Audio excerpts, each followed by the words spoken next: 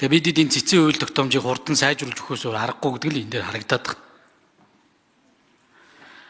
Тэгээ ер нь сүүлийн үед энэ цэцэд их харамсаж байгаа.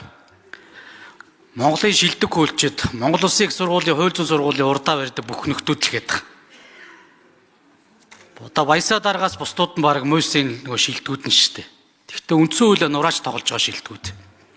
92 оны ард түмний хүсэл зориг 93 сая 500 мянган иргэдийн зорж яваа тэр үнд зүйл рүү нулимж байгаа этгээдүүд шүү дээ. Би одоо заримтай бүгдэнтэй нь ажиллаж ирсэн. Харамсаж байна. Танигдахгүй болцсон бэл. Уг нь бол эрх зүйч хуульч хүмүүс чинь бас нэг зарчимдаа үнч байд юм аа. Харамсалтай. Бичижсэн номнууд нь одоо хэрэггүй болсон шүү дээ тэр хүмүүсээ. Бүгд бичижсэн номныхаа эсрэг шийдвэрүүдийг удаа дараа гаргаж явж байгаа. Тэгээ ийм хүмүүсүүдтэй одоо ер нь хариуцлагын асуудлыг ярьдаг байх механизмыг ч гэсэн цаашдаа ярих ёстой. Би одоо цэндийн нэм дуржгоо шиг бас туршлагатай бас хор шарн гарсан ийм хүмүүс очмоор юм байна гэж бодсон. Хүний өдөөс ихцэлж харж чадахгүй эдийн юмнаас очсон. Тэгээ цэц гэдэг өндөр синтез суудсан. Тэгээд цэцэд энэ ард төрийн эрх мэдэл байд юм уу? Эсвэл энэ ард түмэн парламентд байд юм уу? Сүүлдээ энэ чинь ингээд тогтолцоогоор нурааж штэ эдгээр. Харамсалтай. Тэгээ одоо зарим нь 90 ураг гэнтэргээд магтуулаа сууж байна. Одоо мэдхгүй зүгээр. Одоо харамсаж байна. Би одоо тэр нөхдүүд хараа сууж байгаа баг. Би одоо бүгднтэй адилхан яамж ажиллаж исэн хүмүүс байна.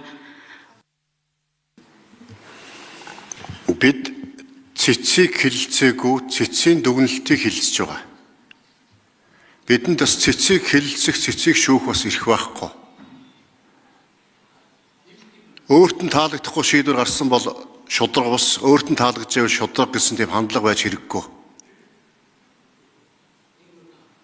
Тийм болохоор хэлэлцэж байгаа асуудалтай холбогдуулж асуултаа асуу.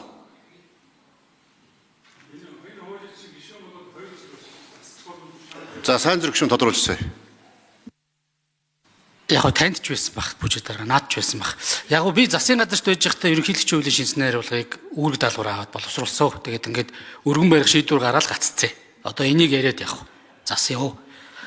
Гол асуудлууд энэ юусоо зааг ялгаа юмаа хийхгүй байгаад л байхгүй. Одоо хилцэж байгаа асуудалтай холбоотой.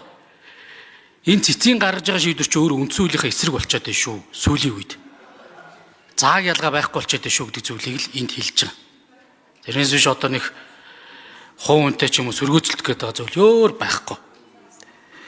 Тэгээд сүүлийн үед энэ distortion of law буюу үндсэн хуулийн эсрэг, хууль зүйн тогтолцооны эсрэг, энэ зарчмын эсрэг явж байгаа хүмүүстэр бусад орнууд хариуцлага тооцоод эхэлсэн. Солонгос жишээ нь шүүгч прокурор ийм шүүгч нартай яг энэ хуулийг гажуудуулж байгаа мушгиж ингэж шийдвэрлэж байгаа хүмүүстэр 10 жил хүртэл яалгаддаг болсон байхгүй. Одоо ийм зүйлд цэцгийг хийж шүүхгүйгээд хурлын дарга тайлбарлав.